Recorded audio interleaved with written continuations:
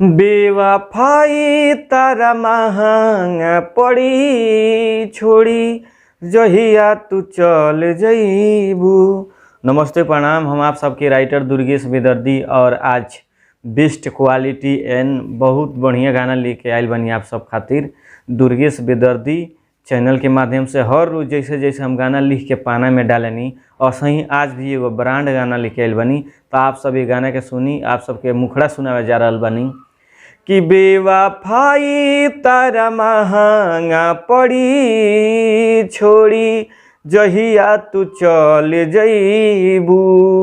हो बेवफाई तारा महंगा पड़ी छोड़ी जहिया तू चल जईबू।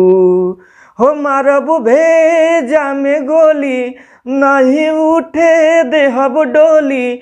हो मारब भेजा में गोली नहीं उठे देहब डोली। जान जहिया बदल जईबू। हो बेवफाई तारा महंगा पड़ी छोड़ी जहिया तू चल जईबू। तो आप सबके सुनौनी है मुखड़ा और एक बाद से आप सबके बतावे जा रहल बनी अंतरा। तो आप सब अंतरा सुनी कि हम नहीं जियब जिंदगी सुनी लगम के जदी भुला देबुए सोना हम के।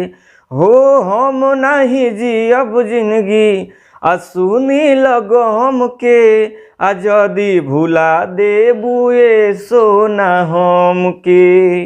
ताहर चिता वही दिन जरी जही या तू बदल जईबू। हो मारब भेजा में गोली नहीं उठे देहब डोली। जान जहिया बदल जईबू। बेवफाई तारा महंगा पड़ी छोड़ी जहिया तू चल जईबू। तो आप सबके सुनौनी है अंतरा और मुखड़ा।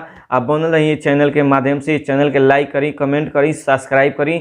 नमस्ते प्रणाम।